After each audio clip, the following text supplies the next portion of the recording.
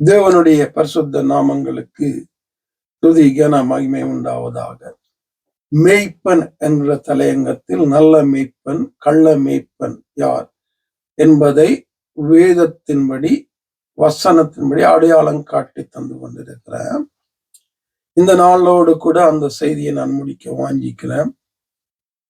என் ஆண்டவராகிய இயேசு யோவான் 10ஆம் அதிகாரத்துல நல்ல மேய்ப்பன் எப்படியாக இருக்க வேண்டும், கள்ள மேய்ப்பன் எப்படியாக இருப்பான் என்பதை எங்களுக்கு அடையாளம் காட்டி தருகிறார். உலகத்திற்கே அடையாளம் காட்டி தருகிறார். அழைத்தவர்கள், அழைக்கப்பட்டவர்கள், தெரிந்து கொள்ளப்பட்டு இப்படித்தான் இருக்க வேண்டும் என்பதாக கற்று தருகிறார்.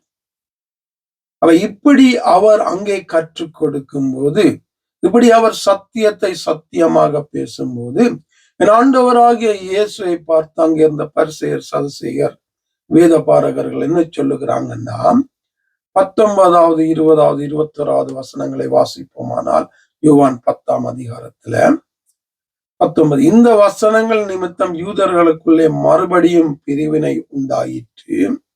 அவர்கள் அநேகர், இவன் பிசாசு பிடித்தவன், பைத்தியக்காரன், ஏன் இவனுக்கு செவி கொடுக்கிறீர்கள் என்றார்கள். என்ன, சத்தியமாகிய இயேசு சத்தியத்தை சத்தியமாக பேசும்போது அவரை பார்த்து சொல்லுகிற காரியங்களை பாருங்க. என்ன,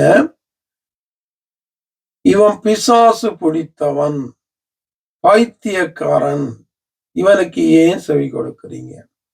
இதனாலும் நாங்கள் சத்தியத்தை சத்தியமாக வேதத்தின் ஆதாரத்தோடு கூட பேசும்போது அநேகர் அதை ஏற்றுக்கொள்ள முடியாதவர்கள், அதிலிருந்து வெளியில வர முடியாதவங்க என்ன சொல்றாங்க?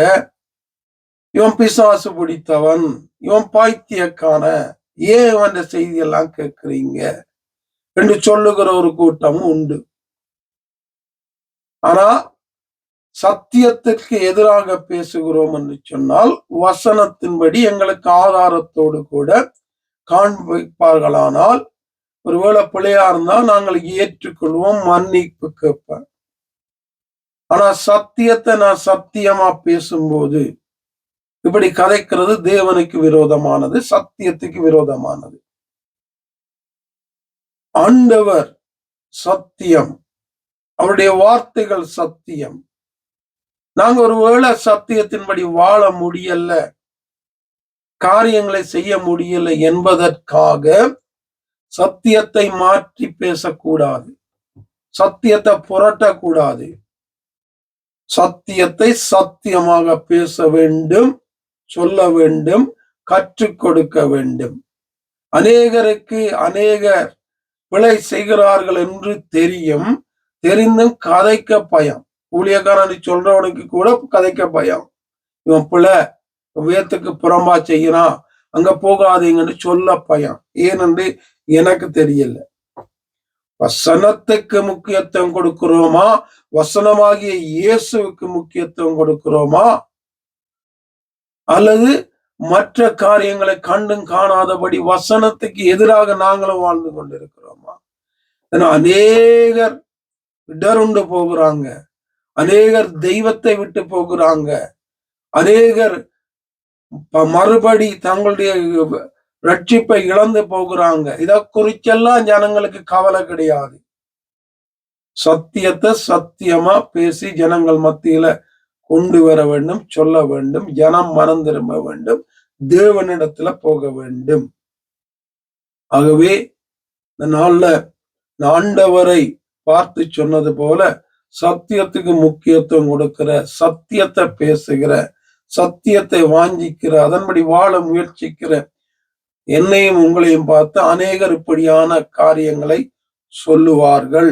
கண்டிப்பா சொல்லுவாங்க. பிசாசு பிடிச்சவன், பைத்தியக்கான, ஏன் அவனுக்கு செவி கொடுக்குறீங்க?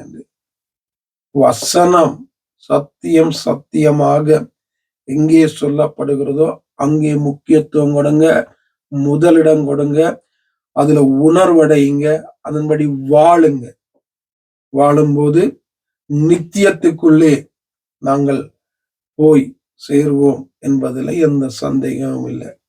ஆண்டவராகிய தெய்வம் தொடர்ந்து உங்களை வழி நடத்துவாராக. ஏதாவது சந்தேக கேள்விகள் இருந்தா தொடர்பு கொள்ளுங்க. உங்களோடு கதைப்பதற்கு பதில் சொல்வதற்கு எந்த நேரமும் நான் ஆயத்தமா இருக்கிறேன். செய்திகள் யூடியூப்ல போகிறது, பேஸ்புக்ல போகிறது, டிக்டாக்ல போகிறது, வாட்ஸ்அப்ல போகிறது. கேளுங்க. தேவனுக்கு நேராக உங்களை ஆயத்தப்படுத்துங்க. ஆவியானவர் தொடர்ந்து உங்களை வழி நடத்துவாராக. இன்னும் ஒரு செய்தியோட உங்களை சந்திக்கும் வரை ஆண்டவர் தாமே உங்களை தொடர்ந்தும் வழி நடத்தி ஆசீர்வதிப்பாராக. ஆமென்.